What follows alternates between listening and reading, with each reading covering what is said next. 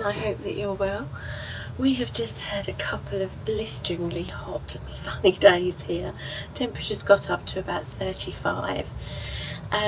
Quite worried about the plants, but hopefully I put in place some strategies which would stop them from becoming sunburnt. So I thought this would be a good opportunity to share those tips with you. There's no chance of being able to sit down in my garden at the moment. These are all tomato plants, that's some broccoli there, that are due to go over to the allotment. Whilst it was so hot, I decided I wouldn't plant them up. It was easier to keep them shaded and watered here, but they are pretty desperate to go out now. I can give you an update on my planters. I think it was a couple of videos ago that I was planting these up. You can see now how much they're filling out.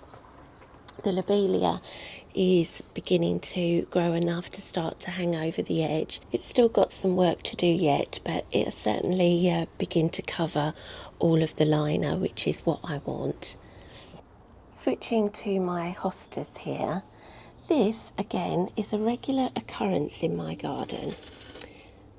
Squirrels plant they bury their nuts and then they forget where they are. Well, I assume they forget where they are.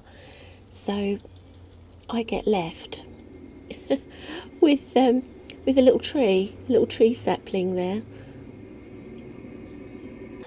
I never got to come out and make a start on wood treating the greenhouse over the bank holiday weekend. It would have been pretty foolish to park myself out here in those temperatures. So it's still on the list. And the Sally clematis here, which was a new one, has just flowered. Absolutely beautiful.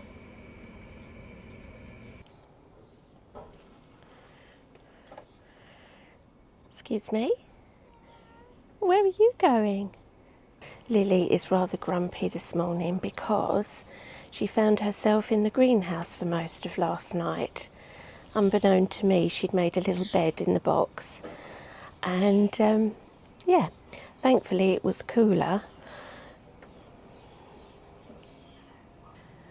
The Rambling Rose has now finished, which is always a shame, but it did put on such an amazing show.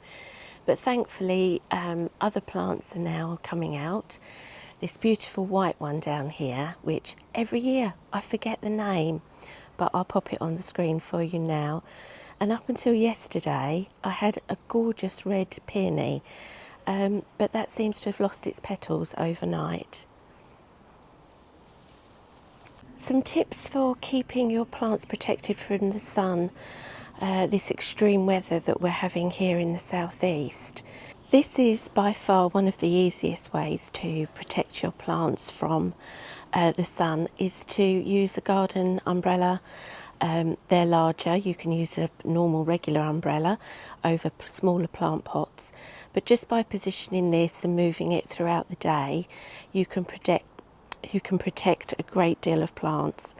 So watering in the morning is ideal because that way there's ample moisture in the soil before the really high temperatures of the afternoon kick in. This is an example of sun scorching on the base of this clematis here. Now it's my fault I didn't include it under the umbrella shade yesterday. Also, which I failed to do, it's on my list, was to put bedding plants around the base of it. They recommend this with many clematis. My issue here is I've absolutely got this one in the wrong size pot, but it's the wrong time for me to change that. So for the moment there's the stones at the base, but I will make sure I shade that. You can apply some bark chipping as a mulch at the roots of your plants. This will definitely stop them from drying out as quickly. So companion planting, so placing taller plants next to smaller plants, which will then offer them the shade as the sun goes round. Also, it's a good time to do the washing of all your sort of bed sheets, duvet covers, because if you've got a washing line, stick those on and that will create some shade.